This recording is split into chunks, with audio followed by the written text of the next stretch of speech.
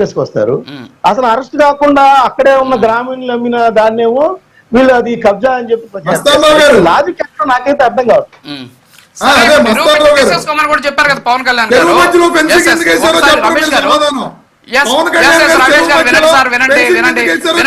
Sir Ramesh గారు, చెరువు మధ్యలో ఫెన్సింగ్ కాదు, అది చెరువు మధ్యలో ఫెన్సింగ్ కాదు. వినండి సార్, రమేష్ గారు వినే ఓపుకుంటే నేను చెప్తా, వినే ఓపుకుంటే నేను ఆన్సర్ చేస్తా. ఒక్క నిమిషం ఒకసారి డాక్యుమెంట్ వినండి సార్, వినండి, సైలెంట్ గా వినండి ప్లీజ్. ఒక్కసారి ప్లీజ్ సార్, ఒకసారి డాక్యుమెంట్ ప్లే చేయండి సార్. ఇది వచ్చేసి పవన్ కళ్యాణ్ గారి ల్యాండ్ కి సంబంధించినటువంటి ఈసీ అనమాట. ఈసీ మీరు ఆన్లైన్ లో చూసినా కూడా దొరుకుతుంది.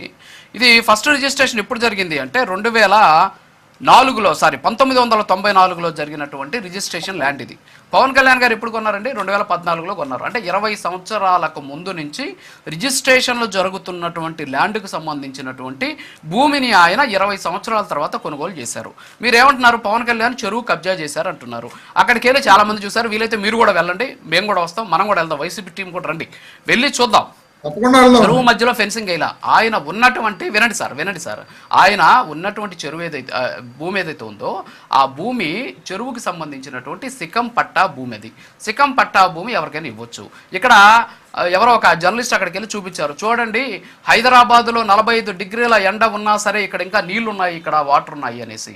సో పవన్ కళ్యాణ్ ల్యాండ్లో వాటర్ని ఆయన ఏమి డైవర్ట్ చేయలా, వాటర్లో కలవర్ట్ గట్ల ఆ వాటర్ని మూసేసి బిల్డింగ్లు కట్ల. ఆయన ఎలా ఉన్నటువంటి వాటర్ని తన భూమిలో ఉన్నటువంటి పాండ్ వాటర్ని అలాగే ఆయన ఉంచుకొని ఉన్నాడు. మరి ఫెన్సింగ్ అంటే మరి ఆయన భూమిలో వేసుకున్నాడు. సో వాటర్ నిలబడ్డాయి, వాటర్ ఉంటాయి. చెరువు మధ్యలో వేశారని చెప్పి మీరు ఏమైనా సర్వే చేశారా?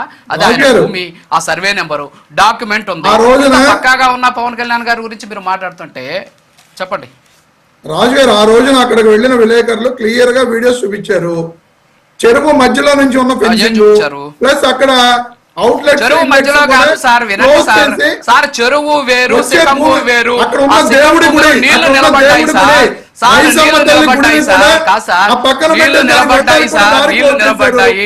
అవును సార్, చెరువు కట్టల మీద, అవును సార్, చెరువు కట్టల మీద టెంపుల్స్ ఉంటాయి, చిన్న చిన్న అమ్మవారిని పెట్టుకొని పూజిస్తారు. మీకు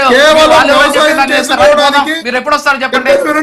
పవన్ కళ్యాణ్ గారి ల్యాండ్కి సార్, పవన్ కళ్యాణ్ గారి ల్యాండ్కి వెళ్తాం, మీరు వస్తారా? కాదు రమేష్ గారు, పవన్ కళ్యాణ్ గారి ల్యాండ్కి పవన్ కళ్యాణ్ గారి ల్యాండ్కి వెళ్తాం, వస్తారా? పవన్ కళ్యాణ్ గారు ల్యాండ్కి వెళ్తాం, వస్తారా రమేష్ గారు? రమేష్ గారు దమ్ముంటే ఆ ల్యాండ్ వెనక్కి తీసుకోండి, నేను చేసింది తప్పు అయితే ఆ ల్యాండ్ వెనక్కి తీసుకోండి అని చెప్పేసి పవన్ కళ్యాణ్ గారు మాట్లాడినా కూడా ఆ దమ్మేంటో నిరూపించండి. మీరు రాయండి, తెలంగాణ గవర్నమెంట్ మాట్లాడండి, పోయి కూర్చోండి, దమ్ముంటే తీసుకోండి అని చెప్తున్నారు కదా. ఇంకా ఏంటి దాని మీద డిస్కషన్? ఇంకా దాని మీద డిస్కషన్ ఏంటి రమేష్ గారు? చంద్రబాబు నాయుడు గారు మనిషి అక్కడ, రేవంత్ రెడ్డి గారు ముఖ్యమంత్రి, ఇవన్నీ మామూలే, మనకు తెలియదా? ఎవరు రాజకీయ ప్రయోజనాలు అంతే. ఇప్పుడు బొల్లా బ్రహ్మనాయుడు గారు అమాయకుడు, పవన్ కళ్యాణ్ కబ్జాదారు, ఆయన ఎప్పుడో భూమిని కొనుగోలు చేశాడు, కళ్ళ ముందు డాక్యుమెంట్ కనిపిస్తుంది, అయినా సరే ఇంకా మాట్లాడుతున్నారంటే ఓకే. వంశీ గారు ఉన్నారు సార్, ప్లీజ్ సార్, ఉండండి సార్, వంశీ గారు సార్, సిక్కం పట్టా భూమి సార్, ఏదో మీరు వచ్చేసి ఇక్కడ గుడ్డ కాల్చి మహానేసేస్తే సమాధానం చెప్పుకునే దానికి ఎవరు ఉండలేదు కానీ వంశీ గారు రియాక్ట్ అండి.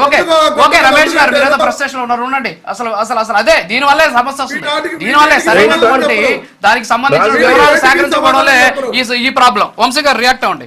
ఎస్ నేను చెప్తాను, మీకు కళ్ళ ముందు కనిపిస్తుంది కదా, డాక్యుమెంట్ చూపిస్తుంది, ఇంకేదో చూపించేది. చంద్రబాబు నాయుడు గారు రేవంత్ రెడ్డి గారు ముఖ్యమంత్రి కాబట్టి